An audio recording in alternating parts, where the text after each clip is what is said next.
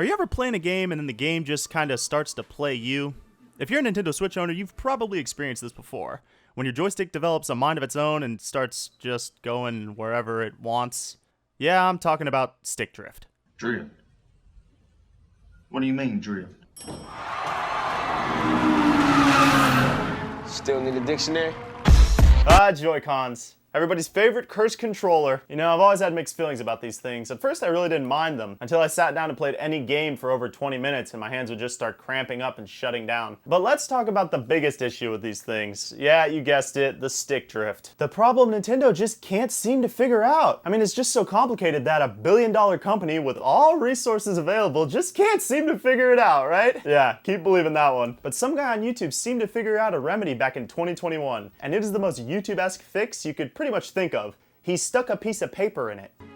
Here's the fix for this.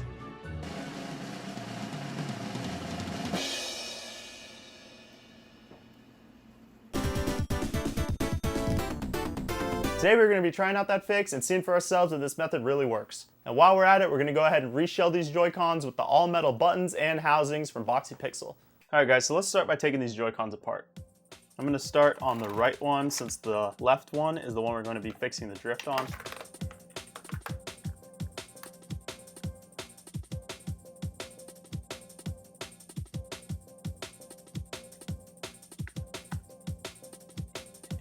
The backs of these come off pretty easy, you just got to be careful of these ribbon cables.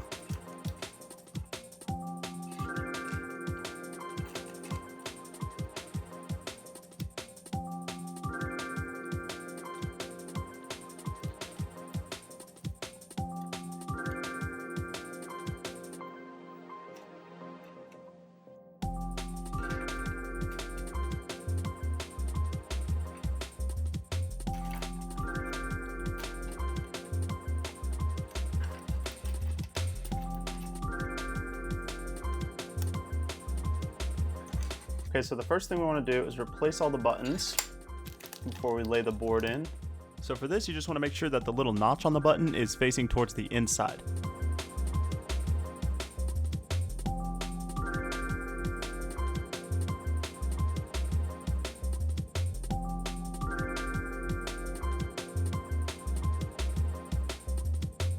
Next is the plus button. And don't forget the home button. This just looks terrible. Now this is not attractive. This looks awful. This part looks a lot worse than it actually is. Once you lay the board in there and get the joystick in the hole correctly, it really starts to just fall right into place. Kind of just try to hold that stuff in place as best you can and get the small screws that are in the board, that go in the board right here, back in first. All right, those parts are in. So let's go ahead and get the rumble back in place. I think that we might actually have to fold this down first, so let's do that.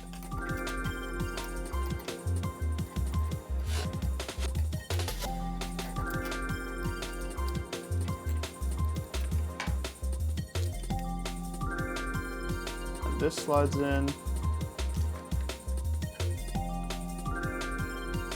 Like that.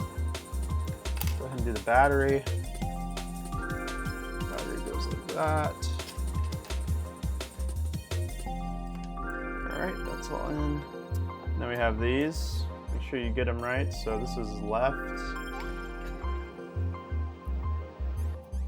This is right. And then we also have this little thing.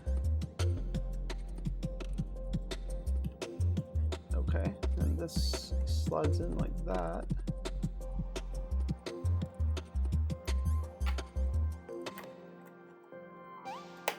All right, now this should just fold in like this.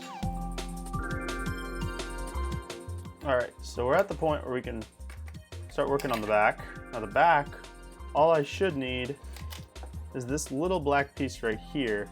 So this is kind of an awkward part of, the whole thing is awkward. Doing Joy-Cons is just really awkward.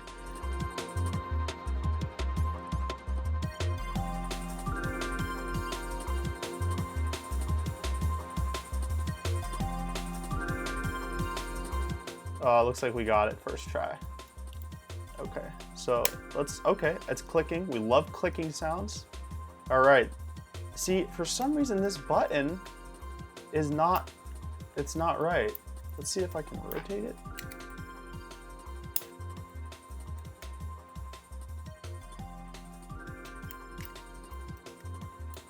All right, we're good now. Oh, thank God. So you are able to rotate the buttons a little on top with some tweezers. Thankfully, I didn't have to open it back up again.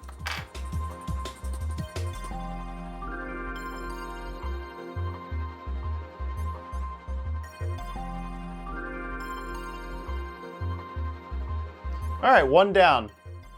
Looks really sick. Let's get that charged up and let's move on to the left one.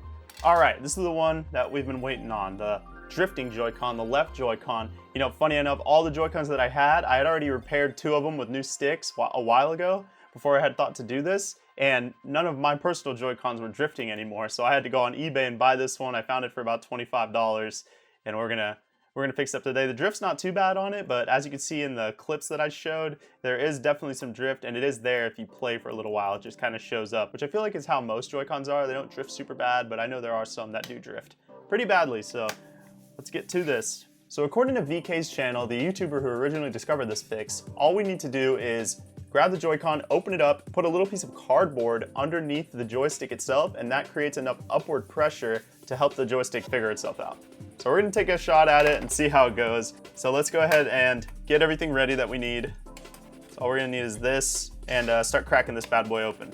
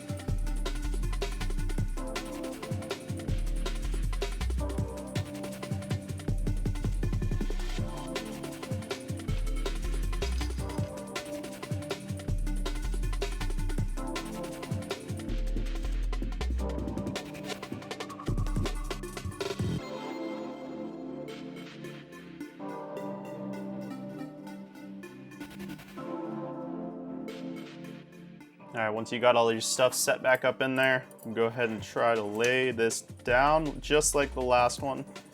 Once you get it in, it's not that bad, but just like everything figuring its way into place with these it's just so awkward feeling, and then it's fine, and then everything goes in and it's fine.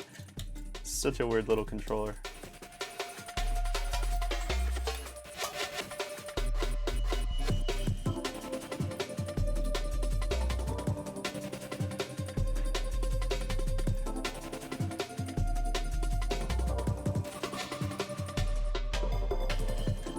All right, so we're at the point where we're gonna add the cardstock. So I have it right here. Let's cut a little square.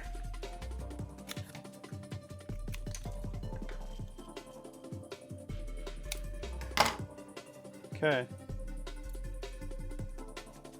Try that out.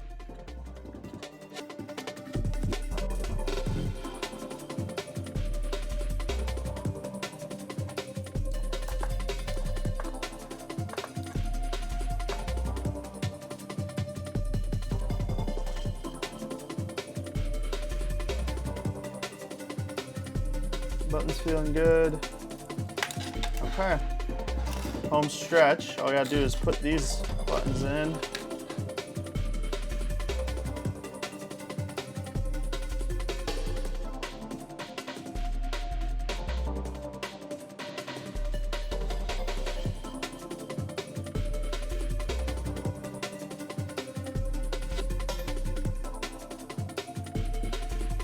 It's lighting up, that's a good sign.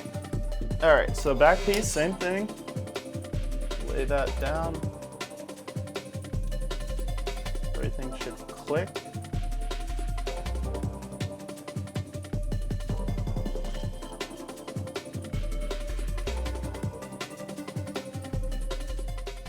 All right, let's see it. Moment of truth right here.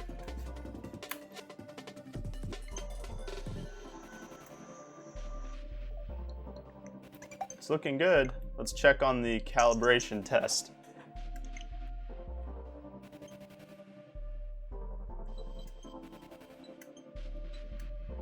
It's definitely better. I don't know if it's a fix. It's definitely better than it was. See how it's still doing a little bit? Well, it looks like it's still drifting a little bit, but before I give up, I'm actually gonna go in and see if maybe if I put another piece of paper in there, if it tightens it up enough.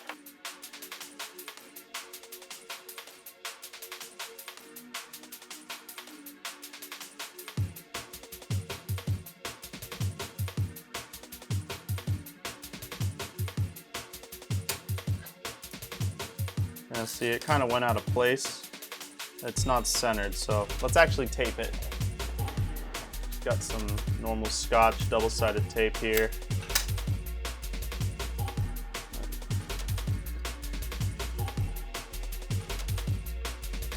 Okay, that's not moving.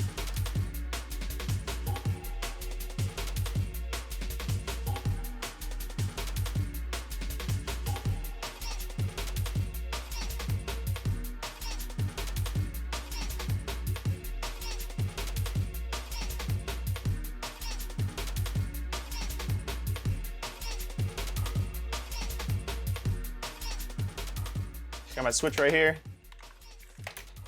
Go ahead and plop it in there. Let's go down to system settings. The first thing we're gonna wanna do actually is go ahead and calibrate the stick. Hold down the stick and then press X to calibrate. And go ahead and calibrate the stick. Alright, now let's give it a test. See it. Our axes look good. A little bit of funkiness there.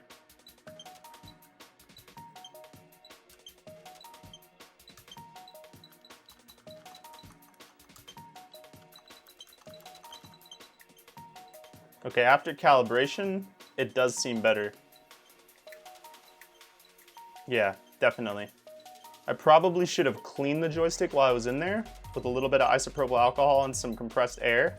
That probably would have helped, but it looks like the more that I'm using it, the more it is knowing where to recenter. This looks like it might have been a decent fix, honestly. I was skeptical because it was still drifting and not finding the center, but after about 5 minutes of messing around with it, just doing this, kind of like getting it back to like working it back in, it seems to be working pretty well. I'm impressed. I've been messing with it, really hammering on it, like I'm dash dancing in Smash, and it looks good to go. Honestly, I'm very impressed that that worked. I was kind of skeptical. I didn't think it wouldn't work, but you know, my luck with things, I thought that it might not work that well, and that is what it seemed like at first, is that it was still kind of off center, drifting a little bit, definitely less, but it seems that the more that I keep messing with it, after I calibrated it, it seems fine. I don't see any drifting issues anymore, and definitely looking like a viable fix. That's awesome. I hope you guys liked this video, and let me know in the comments section down below if you've tried this Joy-Con fix. I've been playing on these Joy-Cons for about a week now since I made the repair, and I can say that I don't notice any drift anymore. And the metal Boxy Pixel setup has been really nice as well. Don't forget to give your boy a like and subscribe to my channel for more videos, and if you did enjoy this video, check out this one right here, where I do a complete teardown and restoration of the PlayStation Vita. And I'll see you guys in the next video.